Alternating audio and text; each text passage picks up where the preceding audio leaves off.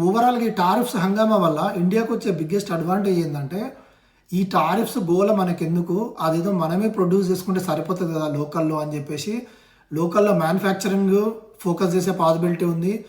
And ఏవైతే imports చేస్తున్నారో current ఆ పర్టికులర్ ఎవ్రీథింగ్ని ఇండియాలో డెవలప్ చేయడానికి ఆ మేక్ ఇన్ ఇండియా ప్రోగ్రామ్ ఏదైతే స్టార్ట్ చేసారో దాని మీద ఇప్పుడు మోర్ ఫోకస్ వస్తుంది, మోర్ ఫండింగ్ వస్తుంది.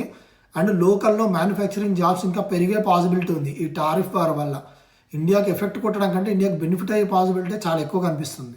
సో ఒక మిత్ ఉంది ఈ టారిఫ్స్ వల్ల ఇండియాకి చాలా ఎఫెక్ట్ కొడుతుంది అని, కానీ రియాలిటీ ఏంటంటే ఓన్లీ మినిమల్ ఎఫెక్ట్ ఉంది ఇండియా మీద, ఓవర్ ఇంపాక్ట్ లేదు. దీనివల్ల ఫ్యూచర్లో ఇండియాకి అడ్వాంటేజ్ ఉంది కానీ డిసడ్వాంటేజ్ లేదు.